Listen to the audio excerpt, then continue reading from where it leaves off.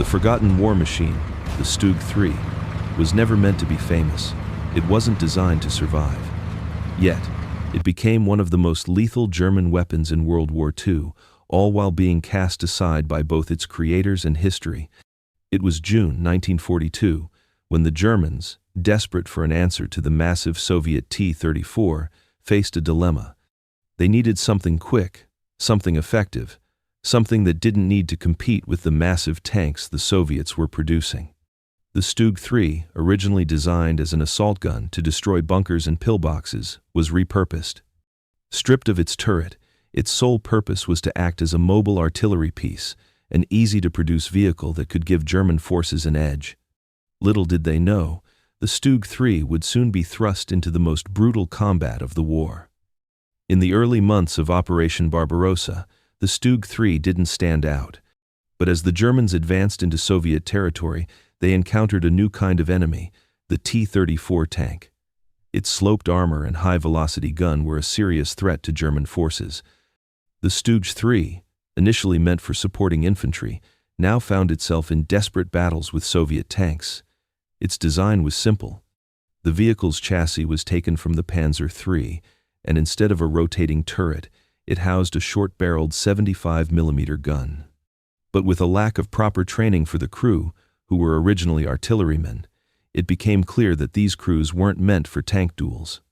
The reality was brutal. Despite their limited mobility and defensive capabilities, the crews of these machines were expected to take on Soviet tanks in open fields, risking everything for the survival of the fatherland. As the war continued, the StuG III became far more than just a simple support weapon. It was thrown into deadly, life-or-death situations, becoming the backbone of Germany's anti-tank defense. In the summer of 1942, a transformation took place. The Germans understood they needed more firepower to counter the Soviet threat. The answer came in the form of a high-velocity 75mm gun, the same one used on the Pak-40 anti-tank gun, mounted on the StuG III.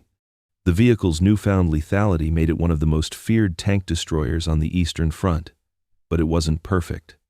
As the StuG III crews were being deployed across the Soviet Union, they faced a new set of challenges. They weren't just battling tanks, they were fighting on unfamiliar terrain, without adequate support, and often without proper supplies. The crews were overworked and undertrained, yet they adapted. They became experts in ambush tactics, lying in wait for the Soviet tanks to roll by, their fixed gun creating an impossible firing arc. By mid-1943, the StuG III crews were under extreme pressure. The war was taking its toll. They had become Germany's last line of defense against the overwhelming Soviet advances. The soldiers inside these machines were given impossible odds, tasked with holding back massive waves of enemy forces. For them, the price of survival was becoming increasingly steep. A diary entry from one such crewman tells the story of their daily existence. "We were always surrounded. The sounds of battle never stopped. You couldn't hear the shells hitting. You only saw the flash. We fought because there was no other choice." The demands of this role, waiting silently, hiding in the shadows, firing with precision, and retreating only when necessary, broke many of the crews. But despite their exhaustion, they kept pushing forward, driven not by the hope of victory, but by the knowledge that if they didn't fight, there would be nothing left to fight for. The StuG III was becoming synonymous with desperation. It was the silent killer, striking fear into the hearts of Soviet forces, but at what cost? As the summer of 1943 gave way to the brutal winter of the Eastern Front, the StuG III crews had seen the worst of war. They'd watched their comrades fall. They'd lived through endless ambushes, and yet they kept going. The turning point came during the Battle of Kursk, one of the largest tank battles in history, where the StuG III proved its worth as a formidable anti-tank weapon. The battle raged from the 5th of July through the 20th of August, 1943, and the Germans faced an onslaught of Soviet tanks.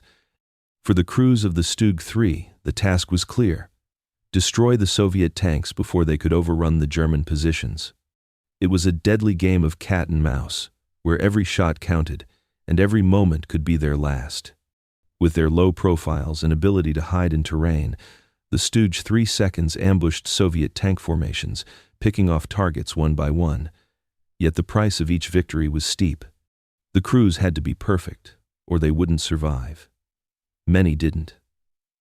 A Soviet officer's report on the Battle of Kursk would later note, "It was as if the land had swallowed the Germans. You'd never know where they were until it was too late." The StuGs, they were always there, waiting. But the cost of the StuG's success was immense. The crews of these tanks were pushed to the edge. They had seen the horrors of war up close, feeling the weight of their actions on their shoulders. As one soldier later recalled, "We lost more than we gained." But there was no turning back. The turning point at Kursk came when the StuG III and their crews showed incredible bravery, but it was also marked by the heavy toll it took on them. By the end of the battle, the Germans had won, but at what cost? The Battle of Kursk, despite being a victory, marked a shift in the role of the StuG III. No longer just a support vehicle, it was now thrust into the heart of combat, fighting in some of the most brutal conditions imaginable. The crews had become more than just soldiers. They had become the embodiment of desperation, the last line of defense between the German war machine and certain defeat. The Battle of Kursk left deep scars on the StuG III crews. As the Soviets began their massive counteroffensive, the Germans found themselves retreating. The once feared StuG III was now seen as an expendable tool, sent into battle with little regard for the lives of those inside. It was during the retreat that the true cost of war became apparent.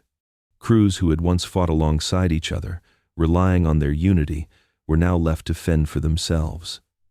The men who survived the battle would often describe the aftermath in terms of emptiness. "You couldn't even mourn your comrades," one survivor said. "We were too busy trying to survive." By 1944, the StuG III was being used for desperate last stands in cities across Europe. The Germans were on the back foot, and the once proud vehicle had become a symbol of the war's futility. For many of the men inside, the end was inevitable. But still, they fought. The crews of the StuG III didn't win the war, but they embodied the brutal sacrifice that would mark the final years of the conflict. The legacy of the StuG III is one that remains largely forgotten.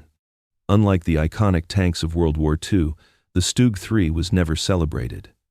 There were no propaganda posters featuring the men who crewed these machines, no grand parades or commemorations of their actions. Yet, the impact of their service cannot be overstated.